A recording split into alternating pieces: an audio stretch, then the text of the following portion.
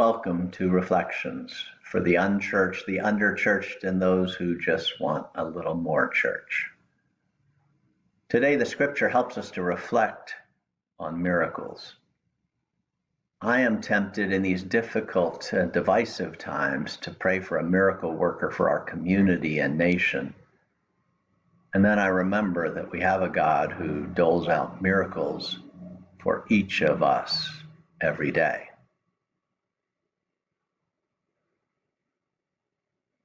A reading from Mark's Gospel. From there he set out and went away to the region of Tyre. He entered a house and did not want anyone to know he was there.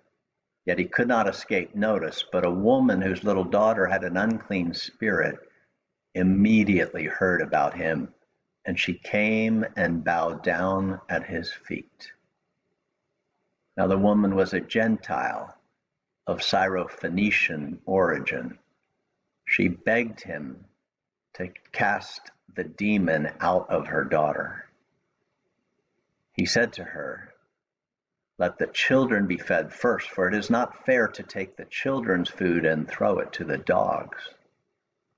But she answered him, "Sir, even the dogs under the table eat the children's crumbs." Then he said to her, "For saying that, you may go. The demon has left your daughter." So she went home, found the child lying on the bed, and the demon gone. Then he returned from the region of Tyre and went by way of Sidon towards the Sea of Galilee in the region of the Decapolis. They brought to him a deaf man who had an impediment in his speech, and they begged him to lay his hand on him. He took him aside in private, away from the crowd, and put his fingers in his ears, and he spat and touched his tongue.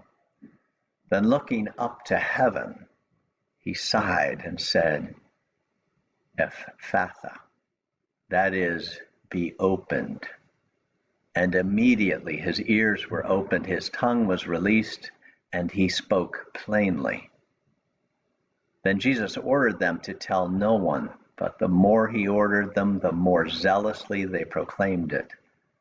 They were astounded beyond measure, saying, "He has done everything well. He even makes the deaf to hear and the mute to speak." Here ends the reading.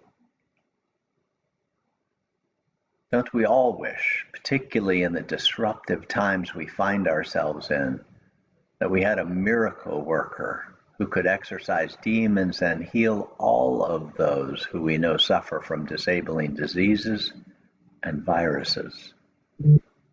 Don't we wish that we had a miracle worker right here, right now?